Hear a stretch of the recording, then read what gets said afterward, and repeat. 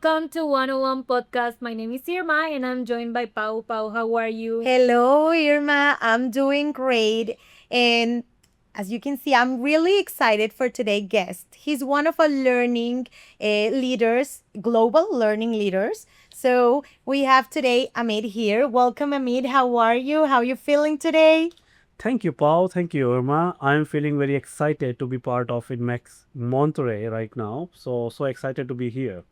Thank you.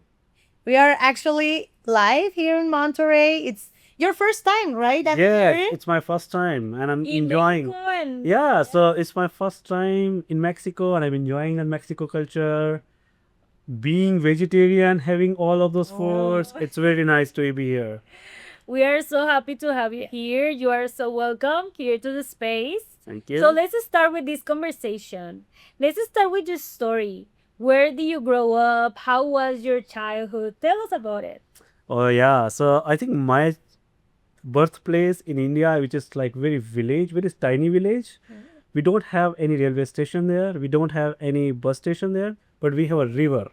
So the place where I born, it is just beside the river, Okay. and I think it is like look like from the main city, it is 80 kilometers. So I've grown up into that stage only for 4 years, and after that, my parents has moved to the city. Okay. So that village is called Timotha. Is like recently we had a very big event in Mahakumbh in India. Probably you might have heard about that. It is just near to that Mahakumbh. So I can call myself. I am the person who's coming from the place where there is no railway station, no bus station. It is just a river, and you can go via boat. So you have to travel via boat to reach to that place. Oh my God. Are Yeah. you an only child? No, so I have like two siblings. Okay. I have one elder brother and one younger brother. They are living with my parents right now, and I'm living apart from my parents, like in Hyderabad, Yes. working there with PepsiCo. How long's the distance between Hyderabad and the place? Place, you- yeah. Yeah. So currently, my parents are living in a place called Bhopal, which is like central part of the India, Okay. and the Hyderabad is like western, or sorry, the southern side of India, and it's somewhere around 1200 kilometers. Could be 800 miles distance. And how was your childhood in the way? Were you calm? Were you nervous? How was it Yeah. when you were a kid? So I was the middle person. Like I have an elder brother, I have a younger brother. So my elder brother got a lot of attention from my parents. My younger one, so I was somewhere in middle, right? So so I was being like treated as like the person, the kid who has already two-person above and below, right? So my like childhood was, I was more notorious. Like I used to be a more creative. So I used to take some of the things like electronic gadgets, try to make something, but I was not talking to many people. I was do with my own self. I used to create my like tiny house at home, like where I can have all my gadgets, the toys, and all of those stuffs. I used to prepare, play alone, and whenever I feel hungry, I ask for food, and then I go back. So like all of those stuffs I used to be happen, but mostly in India, right? Like we play cricket. So Oh. cricket is like so It's the main sport. is a main sport. Oh. So like cricket is like is a so we call this cricket is like everything everywhere. So I used to play a lot of cricket, and I was a batsman. So like and I sometimes my brothers and my friends used to get tired to get out me. Like so cricket is like you play continuously, and we used to have a game until you don't out, you will be playing continuously. So I had a trick. I don't know. I used to play 2 hours alone. They used to do bowling to me. I used to betting, and somewhere like somewhere they started calling me. He is like a wall. Like you just play the ball in front of it. He'll just play everything. Were you competitive? Yeah, I was. So and gradually, what happens? This resulted have like make me people who are not help making me to play into their teams, because if I play long. So they said, "Oh, I will not play with this guy. He's playing so long." So gradually, then I started getting into the bowling. I said, "Okay, if I do betting again, probably they'll not ask me to play." Then I started having the bowlings. So I was spinner. So we used to play a lot. So mostly the So India, we have summertime somewhere around March, April, May, June. The schools are closed. Oh, 4 months oh my God. for everyone, for all the students. You The like are vacations? Vacations, yeah. Oh. So 3 to 4 month vacations, and all 3 to 4 months playing outside. Like, so we were not feeling like you get 10 or there are heat outside, because summer is all like temperature. And then somewhere we got to know when school started in July, and then somewhere you getting into the mode of school, right? So my childhood was more like creative, playful. Nowadays people, like kids, are not playing in that zone we used to play earlier, right? Nowadays mobile is there, so kids are using mobiles to play game. Earlier there was no mobile, no distraction. You go out and just play. And we are having 3 kids. My parents don't bother if it is a single case. Like, so all of those things were there already. So I really enjoyed my childhood that Oh, time. nice.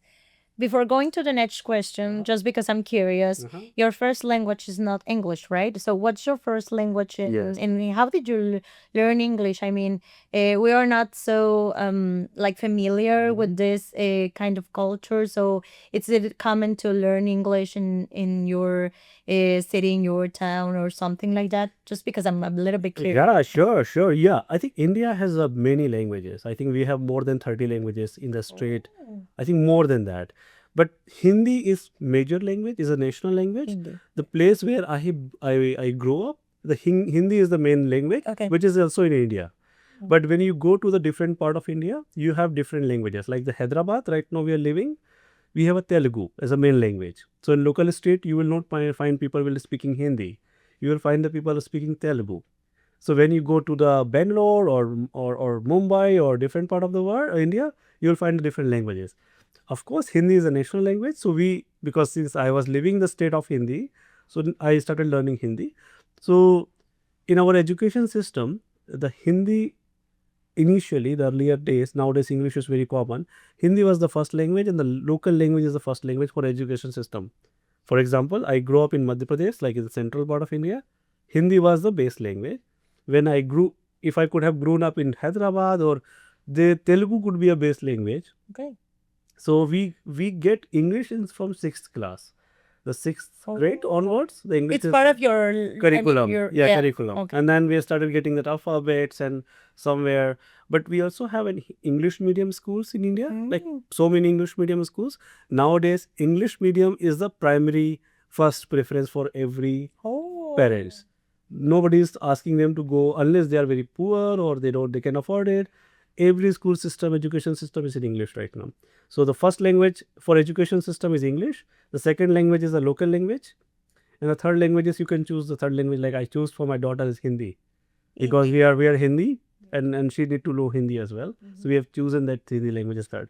But from my childhood, like so I whole of my study happened in Hindi, local language. But when I entered for my graduation engineering, I have done engineering. There was completely shift from 12 years, from my first class to 12th class, like higher secondary. Hindi was my primary language in the study. The mind has to switch completely in the engineering because everything is English.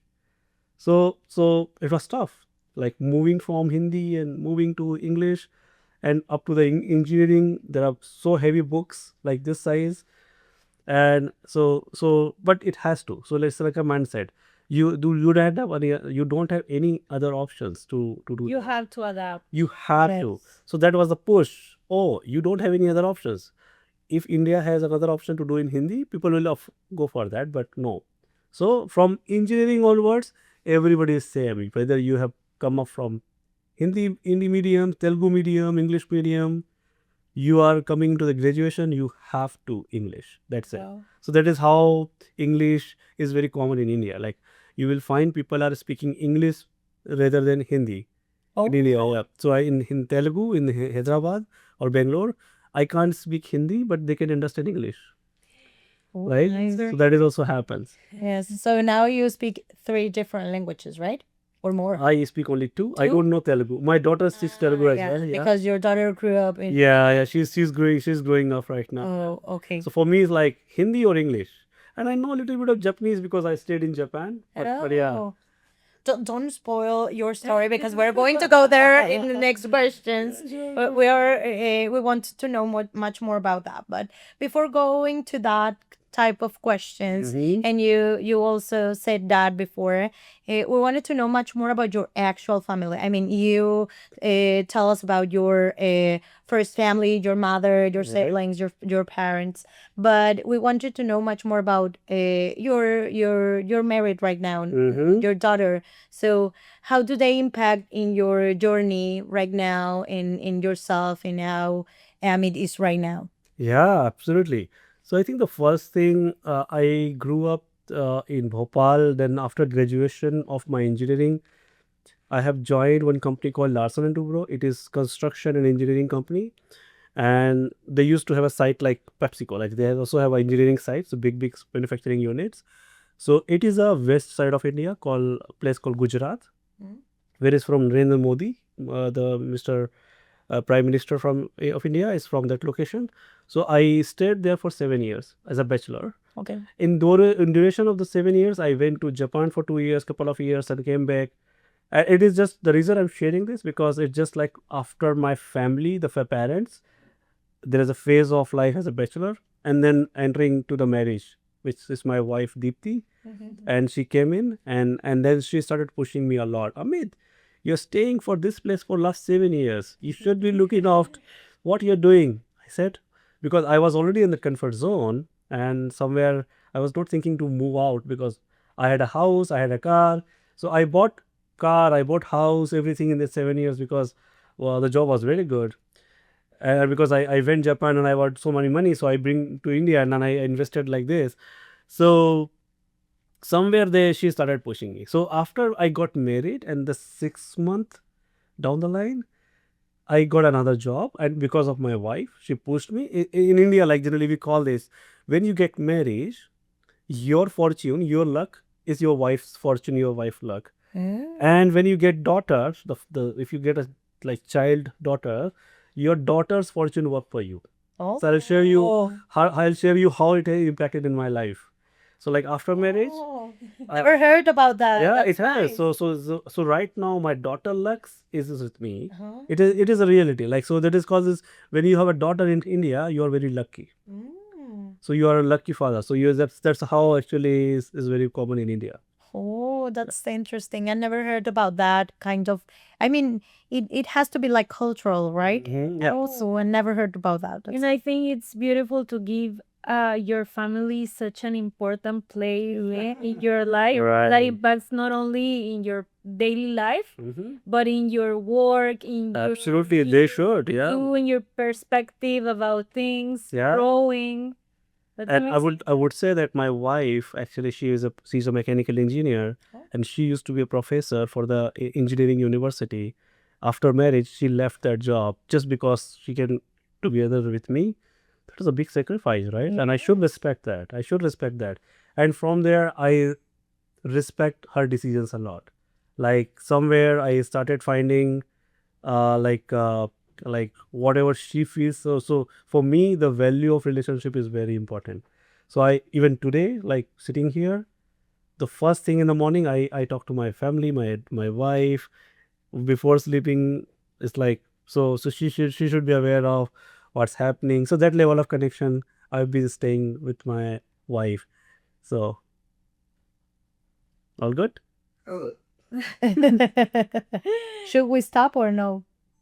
Continue. Okay, thank you.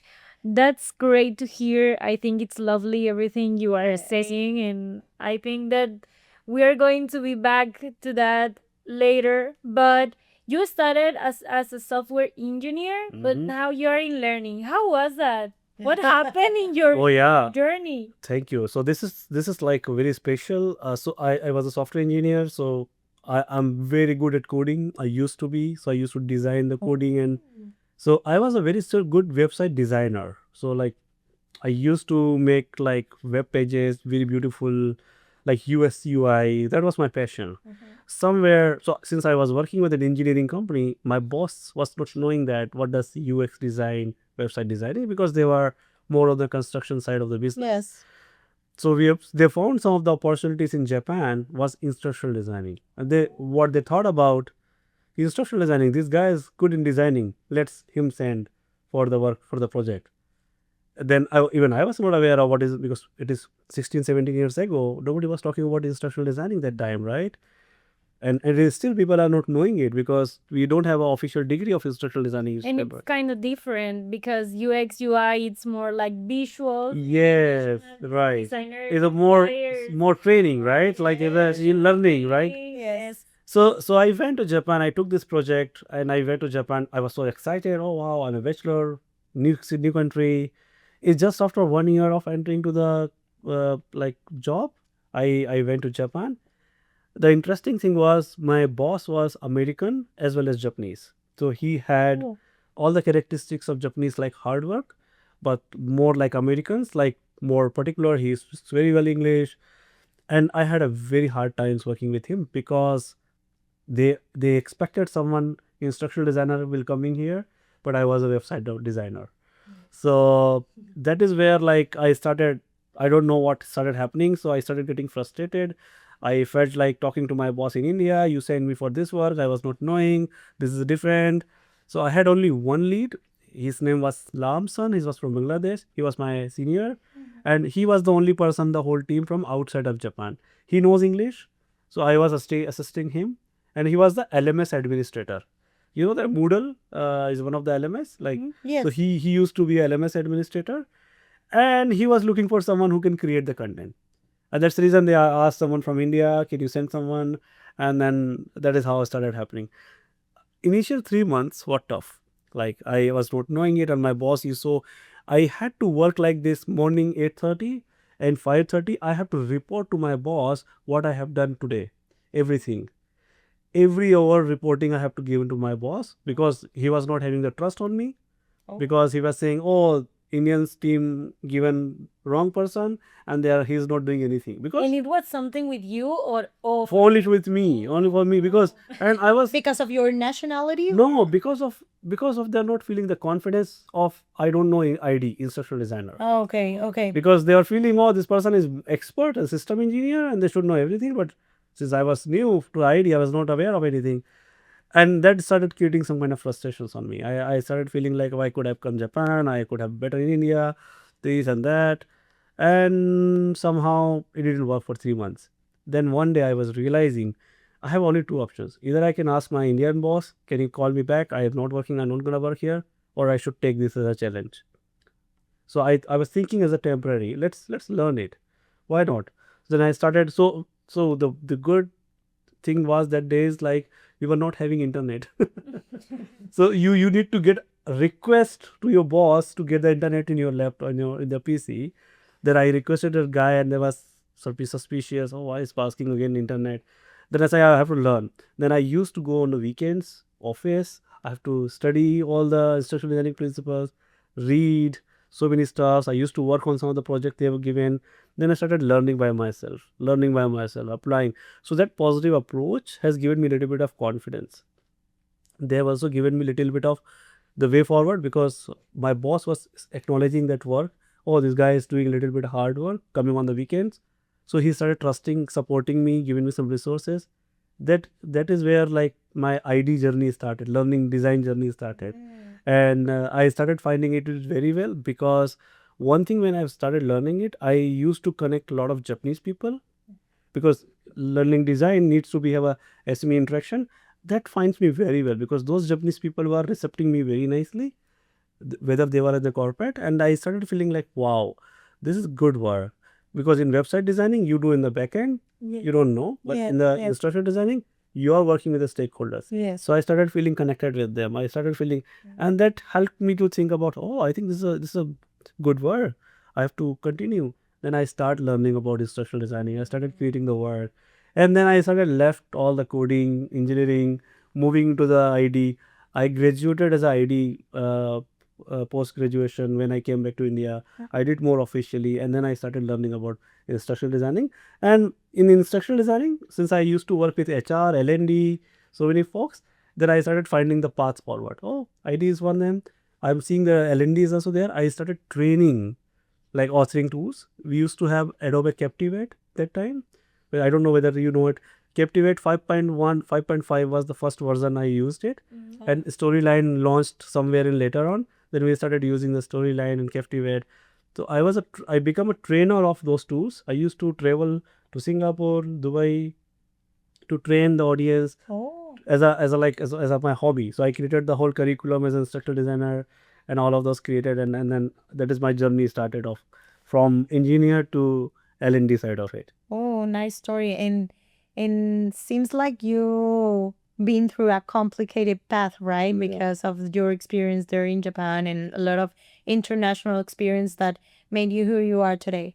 So, talking about that, right now you're a global learning solutions leader. Mhm. So, how does your journey, your day to day look like in this job, and how did you end it here in PepsiCo? Because you talk about your previous experience, your Yep. previous background, but how did you end it here in PepsiCo in this learning solutions global position? Sure. So one of my base principle of life is learning should be continuous. Not for me, for everyone. So I always has an option of doing something else along with the work. So like I've been like doing my so I'll talk about how I ended up with the PepsiCo, but from where I have ended.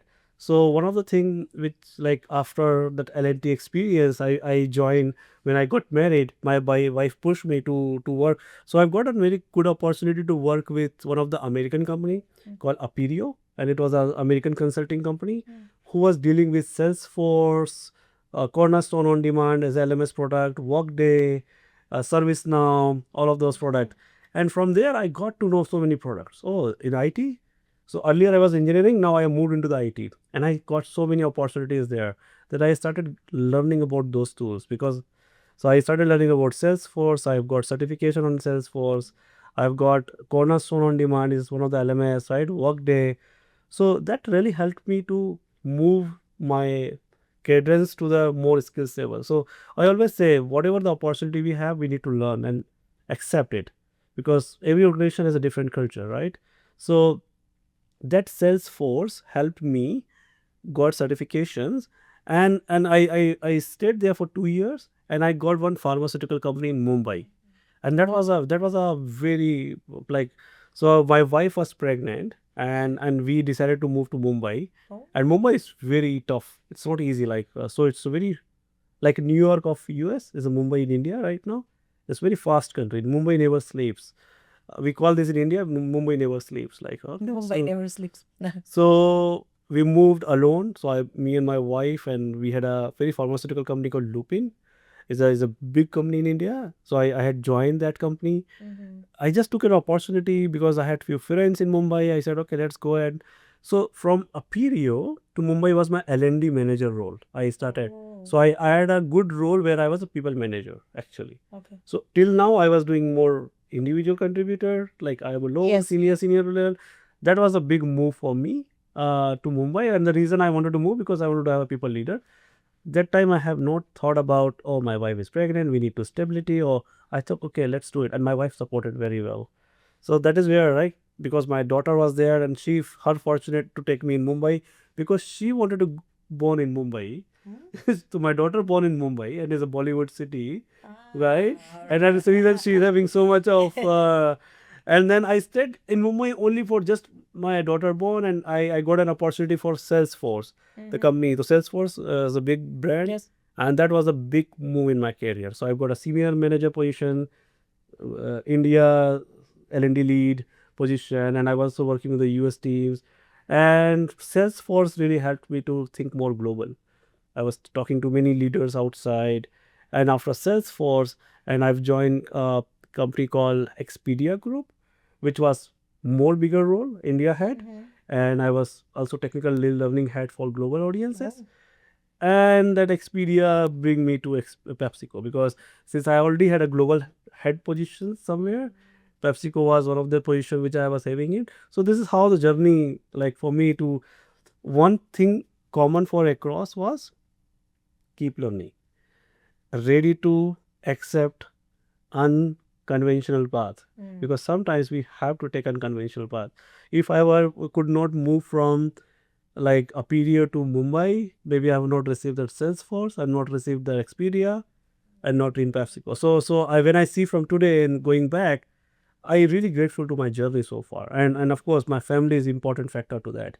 So I call my daughter is a Salesforce daughter because I stayed somewhere like 7 years, and my daughter born in like 6 months when I joined Salesforce, and COVID happens and so much of work happened.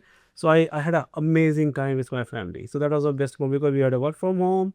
So somewhere I had a very close relationship with my daughter during that particular time. So I just acknowledge and grateful to all of those moments in my life.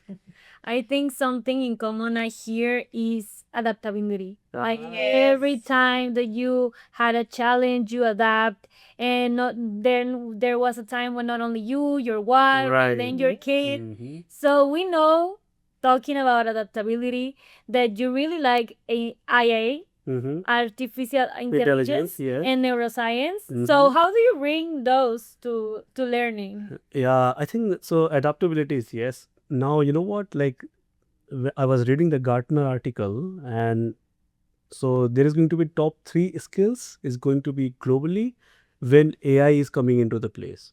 The first one is adaptability. The second one is emotional intelligence, and third one is navigating uncertainties, like how you can navigate because there are a lot of uncertainties, right? So AI is close to my heart, right? Because I'm a technical guy. In the whole L&D journey so far, technology is very bottom of my heart. Like I love it. So even today, I play a lot. I have my own agents, AI agents. I have created my certified coach for me.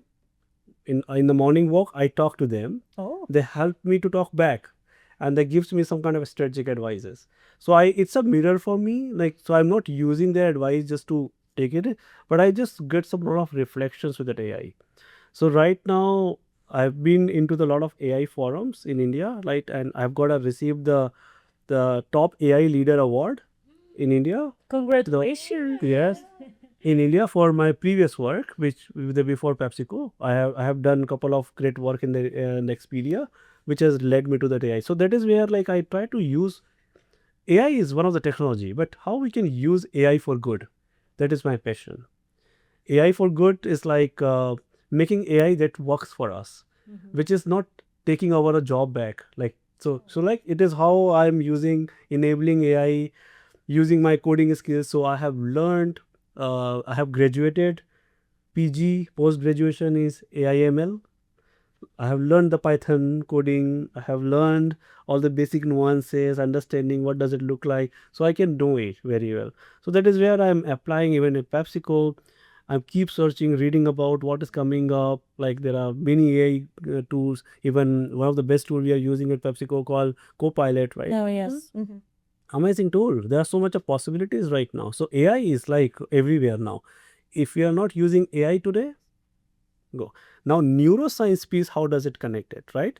So AI is a artificial intelligence, right? Neuroscience is human intelligence, Oh. right? Nice. So I'm trying to connect that artificial intelligence, which is machine. If we lose the battery, it will dead, right? And that we have created the human intelligence. So that neuroscience means what? Like I am using that neuroplasticity. So neuroplasticity is one of the action which actually helps you to create the habit. Yes. So like for example, anyone who takes like smoke, Yes. smoking is a bad habit which actually developed through the neuroscience mechanism. It created the neuropaths and it built a normal for them. So if they don't smoke, they are feeling unconscious or maybe they are not feeling that level of good. How we can build up the same habit using neuroscience with the positive habit formation. So there is a book called Atomic Habit, Oh, right? yes, yes. It actually talks about lot about neuroscience in the how to form the habit. Tiny. So I'm planning to use this neuroscience into the learning. So one of the research work I'm doing my PhD Oh. in this topic, where how to use neuroscience, technology, AI with mindfulness practice to generate the positive habits. Wow. So that is where I'm going towards right now. I have already done some of research. I'm waiting for university to get me the part-time research option because I'm working full-time, so I can do while working. Oh, that's nice. In talking about the future, because AI it's much more about our future. What I mean, it's part of our present, but it comes a lot in the future for AI. So talking about that kind of future, how can people stay ready for what's coming next? Even in the company in PepsiCo, but about the Mhm. technologies that we're going to have next. I think the way I see the AI is our enablement partner. So like if we use AI for good, like it is helping us to grow, we should use it. Now there is no other options to not to use AI today, because if you don't use it, somebody else is using it, Yes. right? So we have to adapt what she was mentioning, adapt to learn the AI. But why AI is coming into the market, there are so much of distractions are also coming. Every day there is a new AI tool. Now, the challenge for everyone, we should be asking the question, what is in it for me? So, I always say, let's find the problem first. What is the problem we are facing? Let's freeze that problem and then work toward the solutions using the technologies. Because you know what? AI is also helping not to think. So now we are so busy with the chat GPT, we are not using our mind. Sometimes, right? Oh, if I'm feeling sad or if I'm looking for something, I just ask for chat GPT. That's right. I was reading about that the past week. Yes. Yeah, that's happening. My daughter, like she's 8 just right now, she's doing her homework with the chat GPT. Oh my I said, no, we should use your brain. It will not grow. So the problem solving element is missing right now. And that is the big piece which is has to be taken care of it. Chat GPT AI is good, but you also use your brain to it. Otherwise, what happens is you will so dependent on the we will so dependent on the chat GPT. One day chat GPT stops, we will be like no more. So somewhere we will not able to think like that. So that is where the neuroplasticity and the neuroscience will come in. Use the technology more mindfully. Otherwise, what will happen is, we will so depend. There is a movie recently, The Mission Impossible. Have you seen that? Yes, of course. They have that AI villain, right? Yes. Recent one. Yes. See, the AI is trying to control everything. Everything. So it's like in India, we have a Bhagavad Gita is one of the sloka. Either you control your mind, or mind controls you. If you control your mind, you will be happy. If mind controls you, it will become your villain. Oh. Today, either you control AI or AI controls you. That's So fine. this has to be very clear, right? Where are we moving? Because we are so busy. At work, at PepsiCo, everything is so busy right now. But what to use, when to use, and how to use is very, very important. Yes, and of course, I was having a project like last week, Mhm. and we were making like a brainstorm, and everyone was bringing ideas to the table, and we were like, "Oh, we asked this to ChatGPT, and Mhm. he answered like this," and everyone was like, "Wow!" And I am thinking, it's not only having AI there, it's knowing what to ask the Yes. AI, Right. Yeah. and Right. that and you only think of those questions with knowing, with already knowing what to Absolutely. ask, because Absolutely. you are the expert, not the AI. You have to teach him, know how to. You are going to have the answers that you need. Yes. And one thing, Irma, what you mentioned about, I'm very scared nowadays when I ask who's my daughter to AI. AI knows that your daughter name is Vitasta Soni. You are this years old. Your wife name is this. That level of information AI is already knowing it, Yes. right? Someone once told me, ask ChatGPT what knows about you, and started to give like a lot of like I know. he Yeah. knows much more about me than myself. Yeah. Like And that is where we need to be very mindful. So one thing I started doing it, I use a lot of VPN. So like when I'm using ChatGPT, I don't allow ChatGPT to know that I'm logging from India. So I can play with the mind because they should not get the information where I'm calling from. So I get confused with them. Oh, this person is in US asking Indian question. So so that is how I started doing it, like using my some kind of creativity, the notorious mind, using VPN along with I think that I've been using the AI very wrong. I mean, okay. Well, let's get a little bit serious. Uh-huh. And we want to know what's been the hardest moment of your career?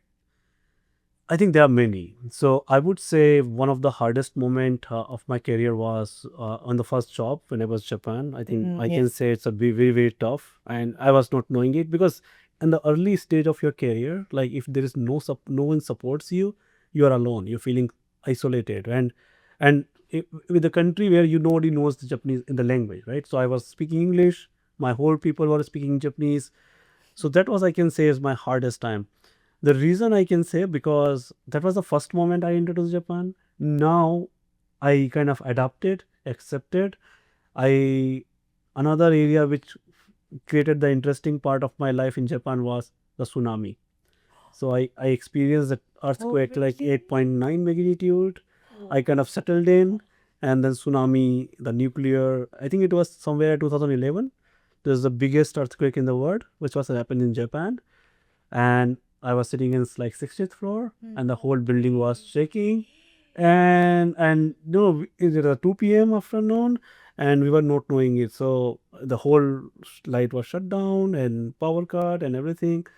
So it was so sudden because you don't prepare, and somewhere everything blackout in the office. You're sitting in the office, everything is blackout, and you're only seeing some of the emergency exit, the colors. We generally we ignore that. That was the moment we realized, oh wow, this is the important. So we like came down from the 60th floor to the ground floor over stairs. And when we came down, the still building was shaking. Oh my. And but good part, Japan is prepared for the earthquake, so they don't distort anything. The biggest problem was the tsunami. The water was approaching us, and we were somewhere we were not knowing it that moment. And then because you are in that situation, who is telling you there is water is coming off? The news. Yes. Generally, we get to through the news, right? And we were not having phone or nothing.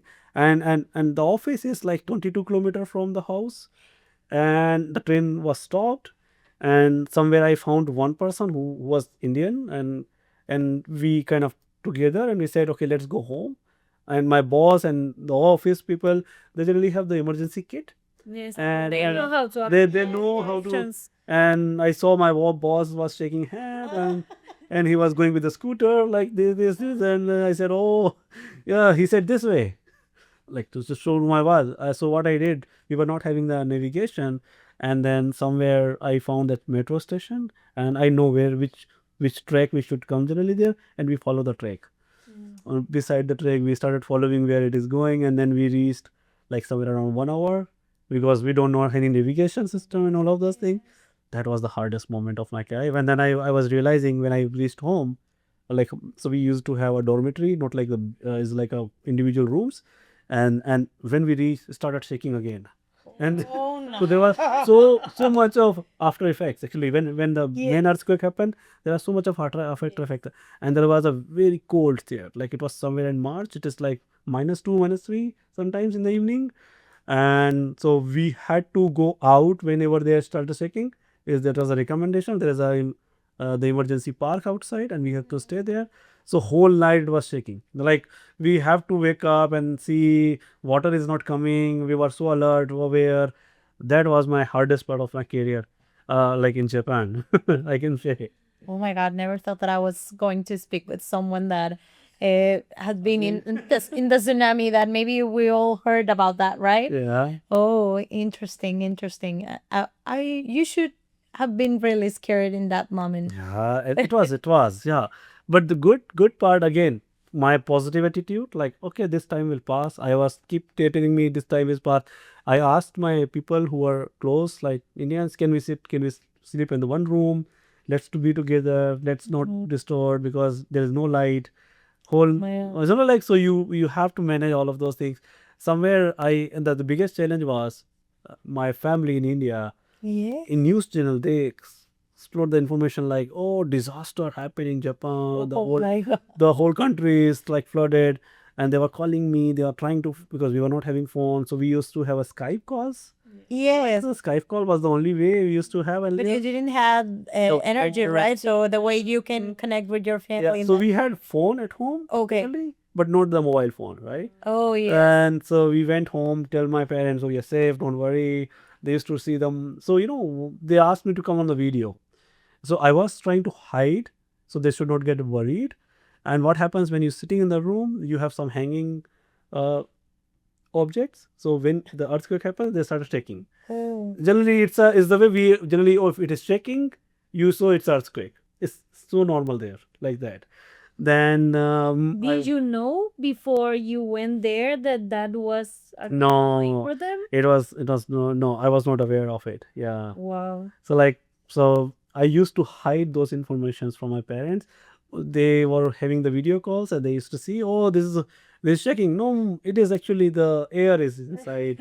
You I used to share like this so they don't get afraid. That needs to be strongness from inside. Oh, I'm worried, but I don't need to share with my families, right? Because I'm so far from them and they should have started getting worried. My mother Yes. mother is very like she started crying and all of those stuff. Oh Yeah. my God. As Irma said before, you had a lot of experiences of adaptability, Mm-hmm. but a lot with this experience. extreme. Yeah, oh my God. You had to adapt in every condition that you had, Absolutely. even professionally or personal, right? Yep. So, talking about, I mean, you had very much more experiences in previous companies, but right now, I know that you already had like a few months working here in PepsiCo. So, with of this experience, with all of this adaptability experience, and all of these things that you have learned Mm-hmm. and lived before, what makes PepsiCo special for you? PepsiCo is really special. I think PepsiCo, the specialty is the so huge. I think I haven't worked the company like 3 lakh employees, 300,000 employees, right? That is a big thing. And to have in that position in the senior role managing the global team, it's a very challenging because so right now I'm in Mexico. I have seen the sites here. My expansion of the PepsiCo is more broader now. Oh, Because what happens is when you sit in the one location and when you try to see the whole picture, you can't see that. Even though you have so many video calls, so many virtual realities, so many things, but when you experience the team, so I'm meeting my team here. So I think it really developed my more confidence of my work, the impact of the work it can look like. So PepsiCo has a very unique culture which combines the modern and also traditional, right? okay. So like when I come here, like Spanish is more common. Same time, you are also very good in modern. And language doesn't define like whether you are forward and paper, right? That's what I'm learning here. So it's like so we are all people. We have coming from the different culture. Now, for me, is also understanding the culture, understanding the nuances of the people. What works well for them cannot work for them other countries like that. So that is something I'm learning right now, and it is really helping me very unique positions right now because this trip which I'm having in Mexico and my whole leadership was here, I'm learning a lot about PepsiCo. Even I spent like 11 months right now. I am Yes. feeling like I'm still 1 month old, right? There's so much to learn, so Yes. much to learn, right? Because PepsiCo has so many different units, so many big units, and now coming from that learning technology mindset, it is helping me to adapt. But to depth of the working here, Yes. it is huge. So I'm adopting, learning continuously, getting deeper, and then while getting deeper, we are trying to make the progress as well. It's your first time working with Mexican people? So like fortunately I had working with Mexican people before. I had my previous boss, he was Mexican. Oh. He was amazing, and my two bosses, I had a very good relationship with those people. Very, they're lovely. Still I connect with them on LinkedIn and we had a phone exchange, and so they used to talk me a lot about Mexican. And whenever I used to travel to US, we used to go to the Mexican restaurant. Oh, We yeah. eat together. Now you've been to real Mexican Mexico. restaurant. And you know what? I think my daughter loves Mexican food, Yeah. specifically Taco Bell. I know it's not Mexican, Yeah. but American, Mexican. but for us in India, Mexican food. Because my daughter, when I was like coming to Mexico, My daughter was so happy. Papa, you will eat so many Taco Bell there. Then I told to my daughter, I haven't found any Taco Bell here. Here in Mexico, there's no Taco That's Bell. I mean, right. but you should pack real tacos for her so she can eat them. Yes, I am planning so tomorrow. Yes, Yes. you should pack it like it and put it in your box. Right. It's very interesting seeing how you've had the opportunity to work with so many different people Mhm. from many countries. And here in Mexico we call it choque cultural, like a cultural crash. Yeah. Okay.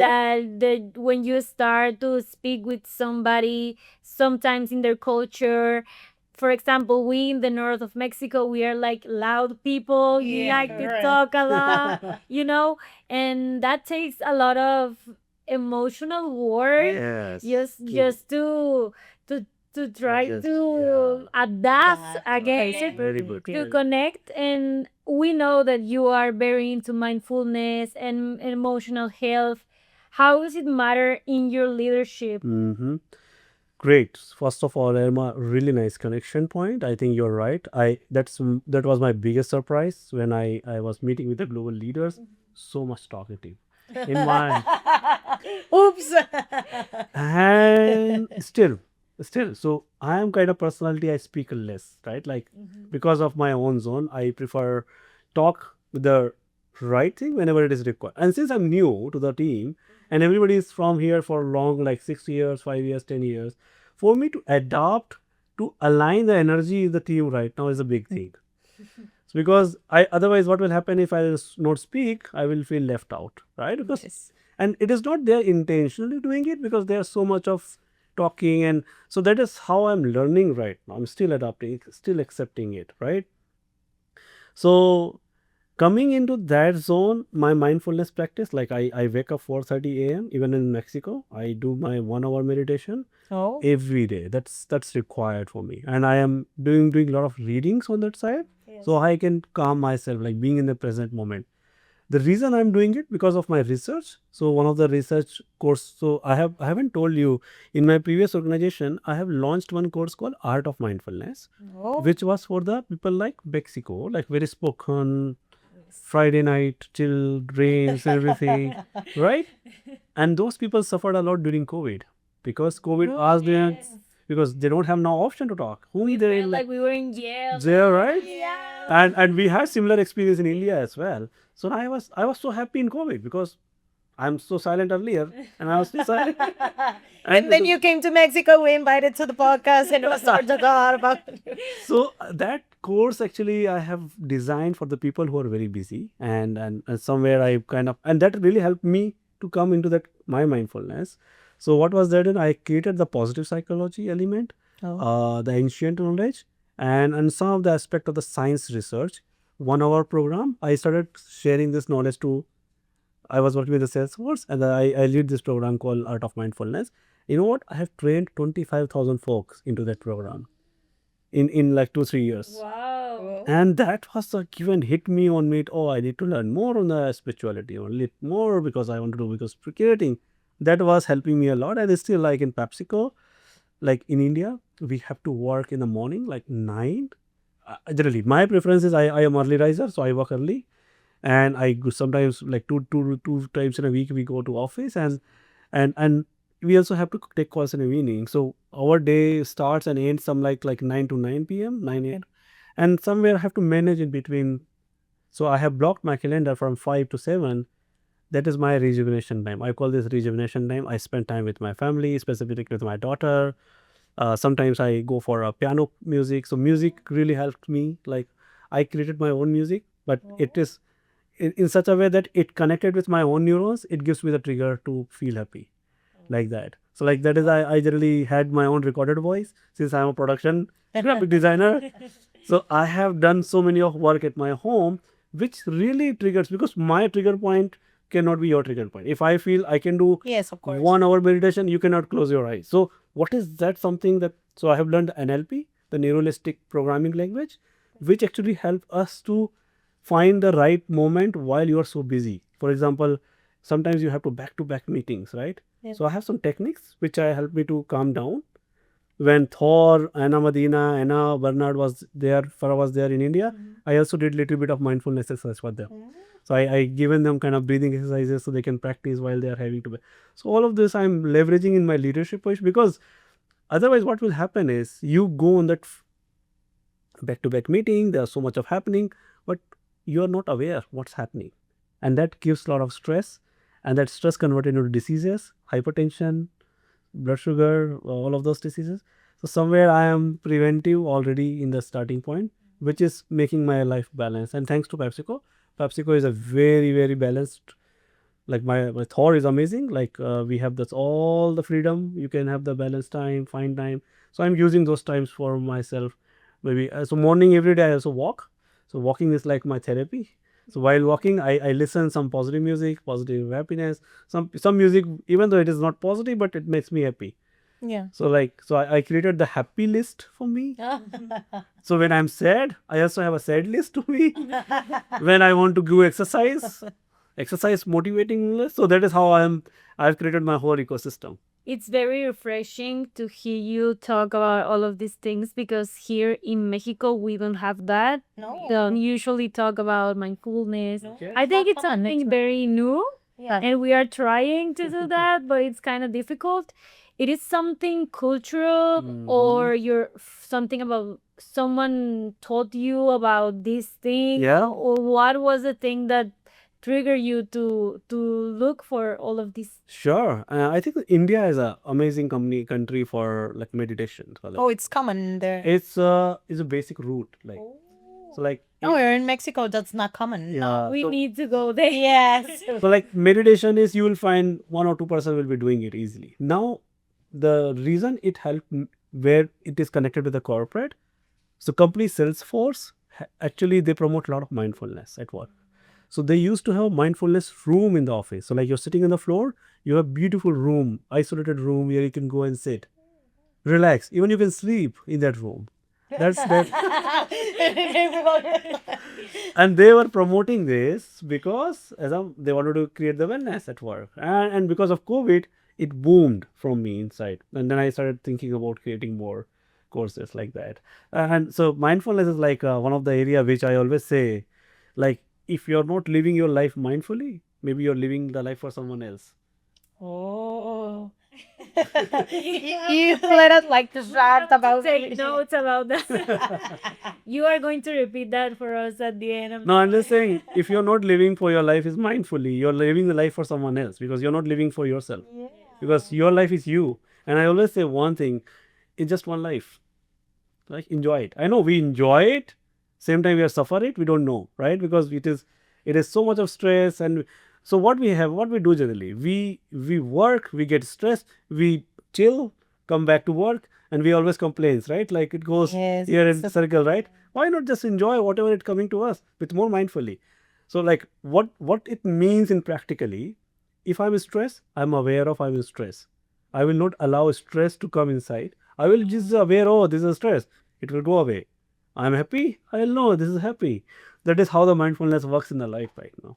Oh, that's a great advice. And I think talking about your advices that I mean, I know that everyone who's going to listen this are going to be super grateful to know much more about you, much more about your advices. And I think that's super interesting. Your different culture that you live right now, it could help us to understand specifically what we can do different. And I mean, your things that you've learned, it could help us too. So before we end up this podcast that have been amazing, I mean, I've enjoyed this a lot. Um, for the people who are listening to us or is going to listen to us, can you share one of your biggest lesson? I mean, one advice or the biggest lesson, I mean, life lesson, work Yep. lesson, whatever you want to them to hear about you, what you can share with them. Yeah, sure. I think this connects with one of the experiences I had in my life when I was graduated and I was supposed to have my first interview, and that was place called Mumbai. And so I had only 2% was selected in written exam. So interview from when you're in college, you have to go written exam and then interview, right? So out of 500 people, only 2% got selected on the written exam. One of them I was, and there is another friend called Sudarshan. He's a very good friend of mine, and both of them from the computer science background. And this company L&T is mechanical engineering, so nobody from mechanical was selected. They invited us for Mumbai from the place where I was living. Mumbai is like overnight journey from the train. So I used to have a suitcase like earlier, like the hard suitcase, the typical suitcase earlier we used to have. So I decided to go alone. It was first experience. We were kid and graduated and going to the interview. And so in Mumbai, there were local trains. It's a very tough, like it's very crowded in the morning. So we reached somewhere around 8 a.m. in the from overnight. There was a place called Dadar. An interview was somewhere around like 30 kilometer or maybe 25 kilometer from that place. So we had to take only metro at that particular time. There was no taxi. So we decided to take another metro, which was just opposite to the platform where we were standing. So what happens is people started jumping from the track and started picking on the train. It was so common earlier days in India. Still some of the places. I said, ask Sudarshan, can we do this? Yeah, yeah. Otherwise, we have to go to the over track and the flyover and to take the train. Otherwise, train will go.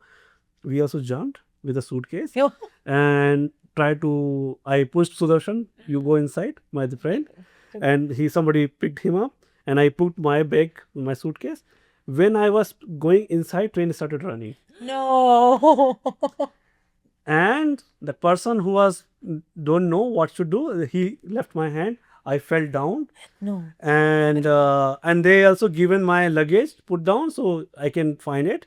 And I saw the Sudarshan is waving the hand, going the train so far, and that place was new. We were not having mobiles, nothing. And I fell down in the side passage of the track. Fortunately, there was a lot of water. I fell into that, and I was not having any kind of hard, like anything like that. And I was standing, and everybody is watching, and I don't know because what happens in the train comes again in 2 minutes. Somebody was asking, come, platform, come, and somebody waved the hand, and I was there. It was 8 a.m. somewhere, and my interview was from 2 p.m. and I don't know what to do. My whole clothes was got dirty, and I was shivering, and I don't know what to do. And then I somewhere found any restroom and went there, opened my suitcase, dirty, and then uh, get one of the clothes, one of the shirt. I removed this shirt, and I changed it. Somewhere I was seeing what should I do, and I was feeling like cry, but I was not crying. I don't know what there was so much. It was I don't know whether should I cry or not because I was new and Mumbai is so huge, and that was, and that time I kind of pushed myself. Okay, let's try. Then somewhere I reached anywhere, like ask somebody help. I know the destination. Somewhere I reached some hotel, take the lodge, clean myself, and take the bath, and reached to the interview place like 3 p.m. And Sudarshan was there. And good thing is Sudarshan kind of given them this person got some accident, will be late, and somewhere I went there, interview happened, and at the end we both got selected. Like for that, the lesson learned for this is there is no shortcut in our life, right? Like I try to have a shortcut. No. That day I started having the hard work mentality. Okay, let's work for it.